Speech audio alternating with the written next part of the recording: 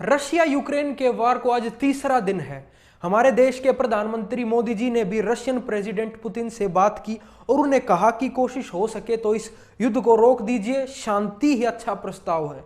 लेकिन अब तक कुछ अपडेट सामने नहीं आया है। रशिया लगातार बढ़ता ही जा रहा है और बढ़ता ही जा रहा है। अब बात यह है कि 4000 किलोमीटर दूर बैठे हम इंडियंस की जेब पर इस युद्ध का क्या असर होगा, क्या इसके नुकसान होंगे और क्या इसका फायदा होगा। आज की वीडियो में हम यही जानने की कोशिश करेंगे। चैनल पर पहली बार आए हैं और चैनल को सब्सक्राइब नहीं किया है तो सब्सक्राइब करके बेल आइकन प्रेस कर लीजिए ताकि आने वाली वीडियोज में भरा हुआ ज्ञान आप तक पहुंच सके। आपको पहले मैं कुछ अपडेट दे देता हूं।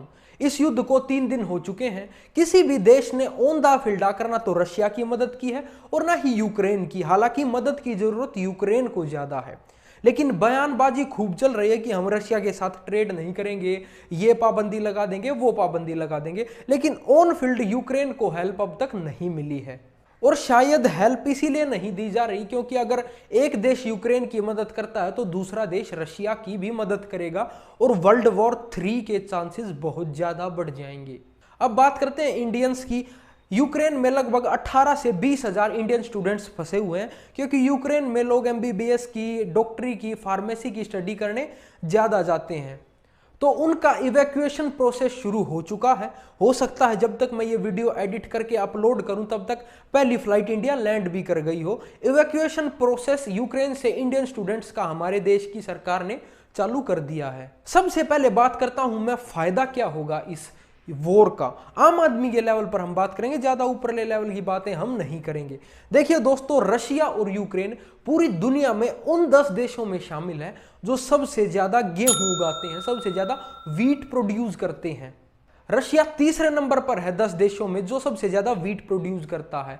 हर साल Russia 85.9 million metric ton wheat produce करता है। यूक्रेन 9वें नंबर पे है 26.2 मिलियन और इंडिया दूसरे नंबर पे है 98.5 मिलियन। तो अब होगा क्या? रशिया और यूक्रेन के इस वॉर की वजह से जो ग्लोबल लेवल पर वीट की डिमांड बढ़ेगी और सप्लाई कम होगी क्योंकि रशिया और यूक्रेन तो पार्टिसिपेट नहीं कर पाएंगे। तो ये जो गैप जनरेट होगा ग्लोबल लेवल पर, इसको इंडिया फिल कर सकता है।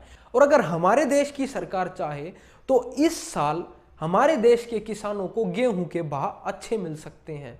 और उससे भी अच्छी बात यह है कि हमारे देश में गेहूं की फसल पकाई पर है। लगभग 1 महीने के बाद देश के कई हिस्सों में गेहूं कटना शुरू हो जाएगा। हमारा देश रशिया पर काफी निर्भर करता है। पिछले साल हमने 8.6 बिलियन यूएस डॉलर्स का इंपोर्ट रशिया के साथ किया था, यानी इतने पैसों की चीजें हमने रशिया से मंगाई थी या खरीदी थी। उसमें मेन चीजें शामिल है क्रूड ऑयल, पेट्रोलियम प्रोडक्ट्स, और पेट्रोलियम प्रोडक्ट्स में भी LPG, kerosene oil, diesel fuel, gasoline, इसके अलावा coal, fertilisers, gold, precious stone, precious metal, ये सारी इंपॉर्टेंट चीजें हम रशिया से ही मंगवाते हैं।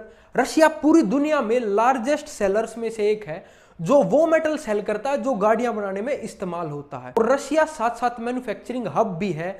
स्टेनलाइंस, वोक्सवैगन, टोयोटा, इन कंपनीज की जो गाड़ियां हैं वो रशिया में ही मैन्युफैक्चर होती हैं। तो एक बात तो छोटे से छोटा बच्चा जानता है, जो भी मैंने ये चीजें बताई हैं इनके दाम, इनके प्राइस बढ़ने वाले हैं। और आम आदमी को जो सबसे ज्यादा हिट करेंगे वे 3 मेन चीजें हैं।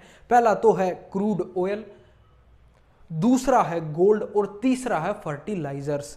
देखिए, इफेक्ट तो सारी चीजें करेंगी लेकिन ज्यादा इफेक्ट ये 3 चीजें आम आदमी को करने वाली हैं। जब रशिया ने अपने सैनिक यूक्रेन बॉर्डर्स पर तैनात कर दिए थे उसी टाइम पर क्रूड ऑयल के प्राइसेस $100 पर बैरल को पहुंच गए थे। और अब वॉर खत्म होगा उसके बाद तो देखिए क्या प्राइसेस सामने आएंगे। दूसरी बात यह है कि हमारे देश की सरकार ने कोविड में जब लॉकडाउन हुआ था और जब क्रूड ऑयल के प्राइसेस बिल्कुल घट गए थे, यानी माइनस में ही चले गए थे, तो सरकार ने अपना प्रॉफिट कमाने के लिए टैक्स बढ़ा दिया था। तो उस टाइम पर जो क्रूड ऑयल के प्राइसेस घटे थे उसका फायदा कंज्यूमर को पास ऑन नहीं हुआ था। अब ये जो प्राइसेस घट रहे हैं इलेक्शन की वजह से, ये क्रूड ऑयल के प्राइसेस नहीं बल्कि सरकार अपना टैक्स घटा रही है अपना वोट बैंक बढ़ाने के लिए। अब देखना ये होगा जब प्राइसेस बढ़ेंगे तो क्या सरकार टैक्स घटाएगी या तेल के प्राइसेस हमारे देश में ऐसे ही बढ़ते रहेंगे। गोल्ड की अगर मैं बात करूं तो 2021 में हमने रशिया से लगभग 55 बिलियन डॉलर्स का गोल्ड खरीदा था। इतना गोल्ड हमने रशिया से मंगवाया। इंडिया का गोल्ड इंपोर्ट 200% बढ़ गया है। तो एक बात तो बिल्कुल तय है कि गोल्ड के प्राइसेस बढ़ने वाले हैं भाई। जिनके घर पे शादियां वगैरह आने वाली शादी है, अपना सोना बुक करवा दीजिए।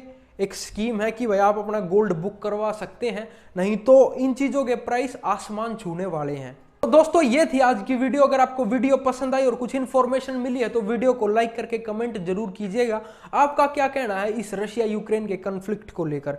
और जो भी अपडेट होगा आपको बता दिया जाएगा। ये मेरे सोशल मीडिया हैंडल्स हैं, इन पर जाकर आप मुझे फॉलो कर लीजिए। जल्दी मिलेंगे अगली किसी वीडियो के साथ। चैनल को सब्सक्राइब करते हुए जाइएगा, ये चैनल का लोगो है। बाय बाय, टेक केयर, जय हिंद।